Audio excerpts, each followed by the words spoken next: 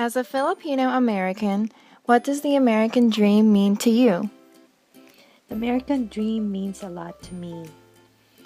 It means getting a good job, earning enough money to buy a house, to raise a family, being able to send my child to college so that she'll be able to support herself independently.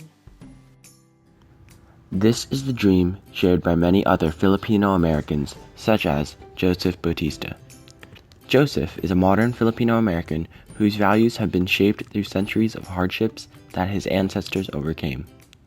To fully understand this dream, we must look back at the history of Filipino Americans and how it was shaped. This begins with the Spanish colonization of the Philippines during the 16th century. Within their years of conquest, they greatly affected the language, religion, and culture of the Filipinos. The Spanish imposed their language, which influence still holds in the Filipino language today.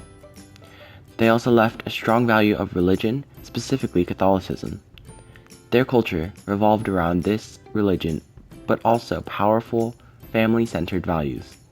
Spanish rule continues for a few hundred years until the Spanish-American War breaks out in 1898. As a result, the Philippines gained independence from Spain. With the 1898 Treaty of Paris, which officially ended the Spanish-American War, America buys the Philippines from Spain for $20 million. With America's acquisition of the Philippines, it allowed unrestricted migration from the Philippines to the United States.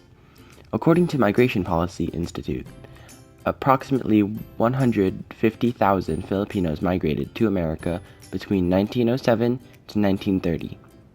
Most migrants came in search of education with the hopes of a better future for their children. This started the first Filipino American Dream. It was the idea that through education and hard work, you can improve the future for your children. This migrant workforce was flexible and adaptable to fill the gaps in labor and the workforce. With education and the events of World War I, many rose to white-collar jobs and nursing. Let's look back at the Bautista family history during the Spanish colonization.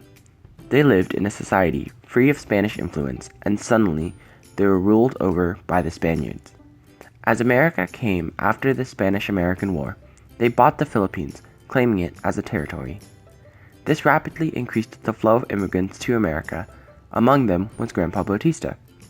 Here, he got a job working as a seafarer, a common job for Filipinos at the time, and gave his children the opportunity for education. He not only sought to improve his own life, but more for the improvement of his children's future. It was fortunate that he moved to America at this time, because soon after, the Philippines Independence Act was passed in 1934. This act intended to slowly integrate the responsibilities of government working towards their independence.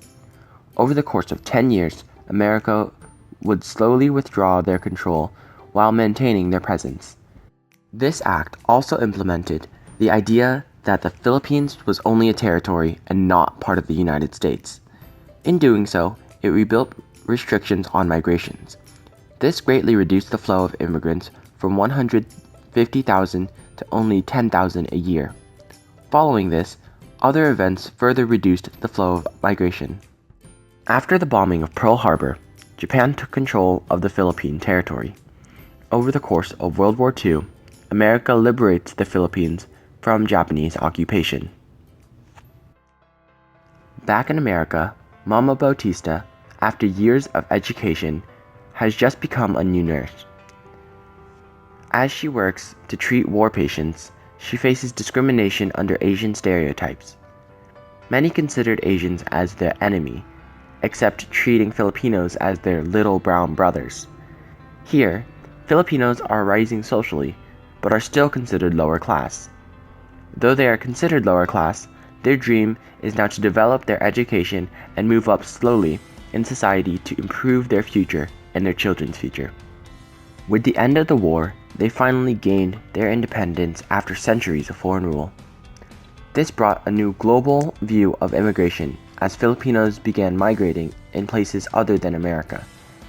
This includes places like Canada, Australia, New Zealand, Germany, and later Japan. The Immigration and Neutralization Act of 1965 minimized the restriction of Filipino migration to America, reigniting the flow of Filipino migrants. This now global migrant labor force filled the gaps in the workforce. This brought new job opportunities and greater expansion of education.